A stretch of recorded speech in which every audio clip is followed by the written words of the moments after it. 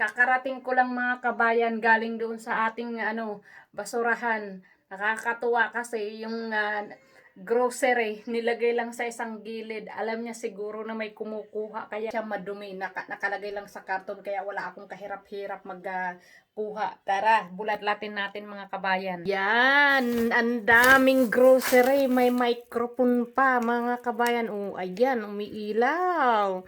Swerte ni nanay sa ating dumpster. Ayan mga kabayan. Ano natin to? I-arrange natin to. Ang daming isang bag. Diyos ko.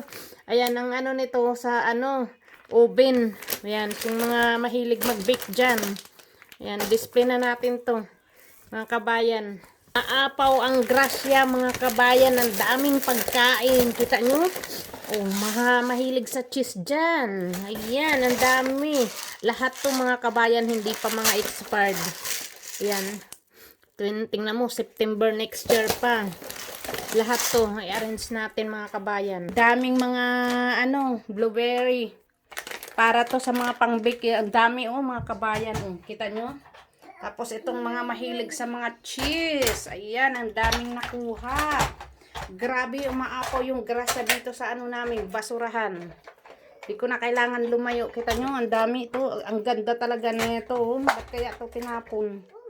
Napakagandang singing machine. Wow! Umiilaw-ilaw pa mga kabayan. Swerte talaga.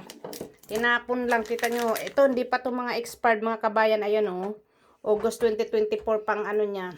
Lahat to hindi expired. Nakakatuwa. Ilagay lang sa isang gilid. Hindi doon sa basurahan mismo.